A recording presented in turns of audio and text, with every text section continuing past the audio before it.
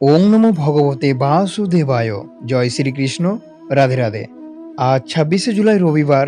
আজকের দিনেই পালন করা হচ্ছে আষাঢ় মাসের শুক্লাপক্ষের দেবশয়নী একাদশীর পারণ।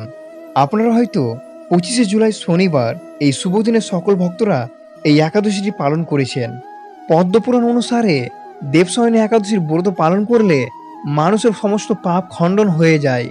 একটি পৌরাণিক কাহিনী অনুযায়ী সূর্যবংশী রাজা মান্ধাতার রাজ্যে একবার টানা 3 বছর ধরে ভয়ঙ্কর খরা ও দুর্ভিক্ষ দেখা দেয়। তখন মহর্ষি অঙ্গিরার উপদেশে রাজার মান্ধাতা এই দেবশয়নী একাদশী ব্রত ভক্তি ভরে পালন করেন। ব্রতের প্রভাবে রাজ্যে পুনরায় প্রচুর বৃষ্টিপাত হয় এবং প্রজাদের সমস্ত কষ্ট দূর হয়। পুরাণ মতে এই একাদশীর দিন থেকে জগৎপালক ভগবান শ্রীবিষ্ণু ক্ষীরসাগরের শেষনাগরের অনন্ত শয্যায় শয়ন করেন। তিনি টানা 4 মাস গভীর জগনিদ্রায় মগ্ন থাকেন। এরপর কার্তিক মাসের শুক্লপক্ষের পূর্বদিনই বা দেবোত্থানী একাদশীতে তিনি জাগ্রত হন। এই কারণেই এই তিথি নাম দেবশয়নী একাদশী। ভগবান বিষ্ণু এই 4 মাসের নিদ্রাকালকে চার্তুমাস্য বলা হয়। দেবশয়নী একাদশী থেকেই পবিত্র চার্তুমাসের ব্রতের সূচনা শুরু হয়। সাধু সন্ন্যাসী এবং ভক্তরা এই 4 মাস এক স্থানে অবস্থান করে তপস্যা, জপ, ধ্যান এবং শাস্ত্রপাঠের সময় কাটান। এই সময় যে কোনো আধ্যাত্মিক সাধনার ফল বহুগুণ বৃদ্ধি পায় বলে বিশ্বাস করা হয়। যেহেতু জগতের পালনকর্তা স্বয়ং নিদ্রায় থাকেন, তাই এই 4 মাস হিন্দু ধর্মে বিবাহ, গৃহপ্রবেশ, অন্নপ্রাশন বা উপনয়নের মতো বড় কোনো বৈষয়িক মাঙ্গলিক কাজ করা নিষিদ্ধ থাকে। পার্থিব উৎসবের বদলে আধ্যাত্মিক আত্মশুদ্ধি এবং ভক্তির জন্য এই সময়টি নির্ধারণ করা হয়েছে। বিশ্বাস করা হয় ভগবান বিষ্ণু বিশ্রামে যাওয়ার আগে সৃষ্টির সমস্ত কার্যভার দেবাদিদেব মহাদেব শিবের হাতে অর্পণ করে দেন। তাই চার্তুমাসের এই সময়ে, বিশেষ করে আসন্ন শ্রাবণ মাসে, ভগবান শিবের আরাধনা অত্যন্ত ফলদায়ক হয়।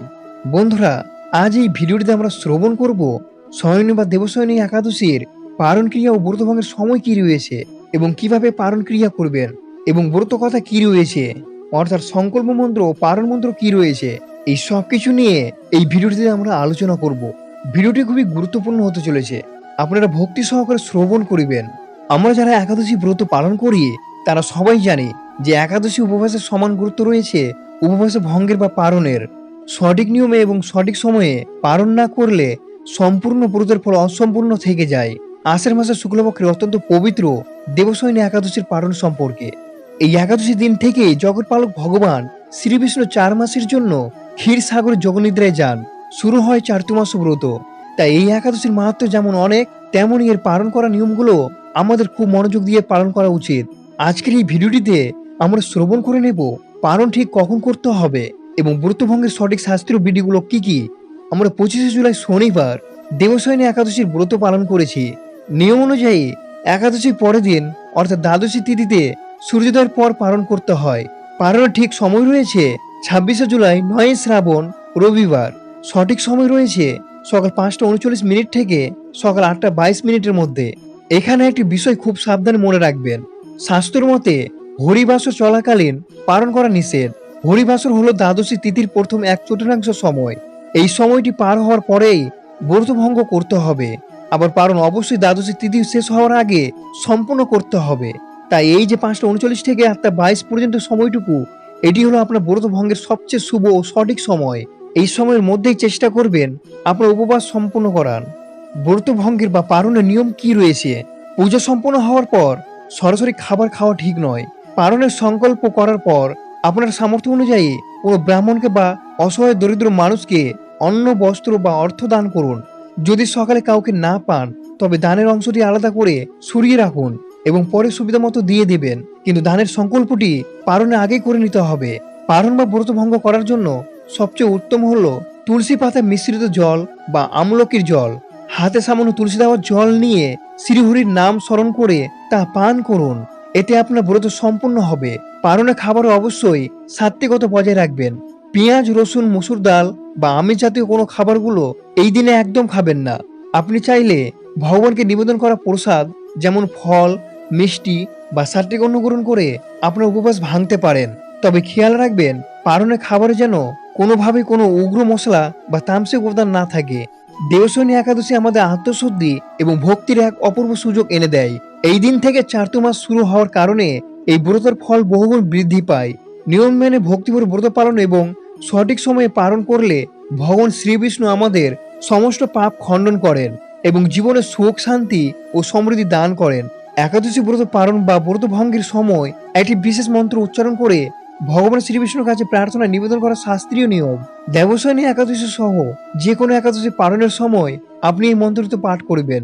পালনের সংকল্প মন্ত্র: অজ্ঞান তিমি রান্ধস্য বর্তে নারায়ণ কেশব পরিশুদ্ধ সমকনাথ জ্ঞান দৃষ্টি প্রদ ভব। মন্ত্রের সরল অর্থ হলো, হে কেশব, আমি অজ্ঞান রূপ অন্ধকারে অন্ধ হয়ে আছি।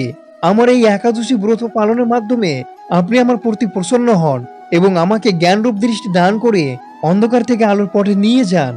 মন্ত্র পাঠ ও পালনের নিয়ম কি রয়েছে? পালনের নির্দিষ্ট সময়ে স্নান ও প্রত্যেক পূজা সেরে শুদ্ধ বস্ত্রে শ্রীনারায়ণের সামনে বসুন। ডান হাতে সামান্য পরিষ্কার জল এবং একটি তুলসী পাতা নিন। ভক্তি করে উপরে মন্ত্রটি উচ্চারণ করুন এবং ভগবানের কাছে ব্রত সফল করার জন্য কৃপা প্রার্থনা করুন।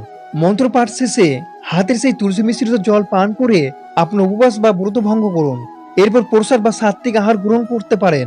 বন্ধুরা, এরপর আমরা শ্রবণ করে নেব এই একাদশী ব্রতটি কি রয়েছে এবং পৌরাণিক কাহিনীটি কি রয়েছে। এই দেবশয়নী একাদশী ব্রত কথাটি রয়েছে সত্যযুগের কথা। সূর্যবংশে মান্ডাতা নামে এক অত্যন্ত প্রতাপশালী ও ধার্মিক রাজা ছিলেন। তিনি তার প্রজাদের নিজের সন্তানের মতো ভালোবাসতেন। তার রাজ্যতে কোনো অভাব ছিল না, রোগ বা দুঃখও ছিল না। কিন্তু হঠাৎ করে যেন রাজ্যের উপর নেমে এলো এক অজানা অভিশাপ। পরপর 3 বছর রাজ্যে এক ফোঁটা বৃষ্টি হলো না। দেখা দিল চরম খরা ও দুর্ভিক্ষ। খাবারের অভাবে প্রজারা মৃত্যুর মুখে ঢলে পড়তে লাগলো। প্রজাদের এই কষ্ট দেখে রাজার হৃদয় ভেঙে গেল। তিনি ভাবলেন, নিশ্চয়ই আমার দ্বারা কোনো বড় পাপ হয়েছে, যার শাস্তি আমার নিরীহ প্রজারা পাচ্ছে। এই পাপের প্রায়শ্চিত্ত এবং সংকটের সমাধান খুঁজতে রাজার মান্ডাতার সৈন্য সমস্ত ছেড়ে একা গভীর জঙ্গলের দিকে বেরিয়ে পড়লেন। দিনের পর দিন ঘর অরণ্য ঘোরার পর তিনি এসে পৌঁছালেন ব্রহ্মপুত্র মহর্ষি অঙ্গিরার আশ্রমে। রাজার মান্ডাতা ঋষিচরণে লুটিয়ে পড়ে চোখের জলে রাজ্যের দুর্বস্থার কথা জানালেন। মহর্ষি অঙ্গিরা কিছুক্ষণ চোখ বন্ধ করে ধ্যানে বসলেন। তারপর চোখ খুলে হেসে বললেন, হে রাজন, সত্য যুগে মানুষ একটি ছোট পাপ করলেও তার বড় শাস্তি পায়। তবে আপনার চিন্তার কোনো কারণ নেই। আমি আপনাকে একটি মহাব্রতের কথা বলছি। আপনি আপনার রাজ্যে ফিরে গিয়ে সমস্ত প্রজাদের নিয়ে আষাঢ় মাসের শুক্লপক্ষের দেবশয়নী একাদশী ব্রত পালন করুন। এই ব্রতের পূর্ণ প্রভাবে আপনার রাজ্যের সমস্ত পাপ ধুয়ে যাবে।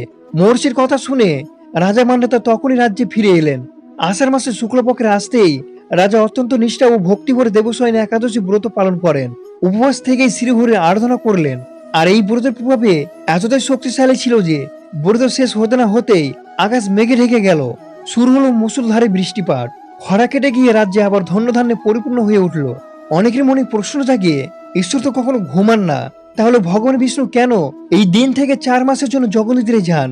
পুরাকালে প্রহ্লাদনাথ বলি মহারাজ স্বর্গ, মর্ত ও পাতাল দখল করে নিয়েছিলেন। তখন ভগবান বিষ্ণু বামন অবতার ধারণ করে বলির কাছে মাত্র 3 পা জমি দান হিসেবে চান। ভগবান 2 পা দিয়ে স্বর্গ ও মর্ত মেপে ফেলার পর 3য় পা রাখার জায়গা না পেয়ে বলি মহারাজ নিজের মাথা পেতে দেন। ভগবানের চরণ স্পর্শে বলি পাতাল লোকে চলে যান। মহারাজের ভক্তি দেখে ভগবান বিষ্ণু খুশি হয়ে তাকে বর চাইতে বলেন। বলি মহারাজ তখন বলেন, প্রভু, আপনি যদি সত্যি আমার জন্য সন্তুষ্ট হন তবে আপনাকে আমার সাথে পাতালোকে চিরকাল থাকতে হবে। ভক্তের কাছে বাধা পড়ে ভগবান বিষ্ণু পাতালে যেতে রাজি হন। ভগবান পাতালে চলে যাওয়ার কারণে মা লক্ষ্মী চিন্তায় পড়ে যান। তিনি বলি মহারাজকে রাখি পরিয়ে এবং উপহার হিসাবে নিজের স্বামীকে ফিরিয়ে আনেন। কিন্তু ভক্তি বলি কথা রাখতে ভগবান বিষ্ণু কথা দেন যে বছরে এই 4 মাস তিনি পাতালোকে বলি মহারাজের প্রসাদের দ্বারকী হিসাবে অবস্থান করিবেন। পাতালোকে ভগবানের এই 4 মাস অবস্থানকেই জগন্নিদ্রা বা দেবশয়নী বলা হয়।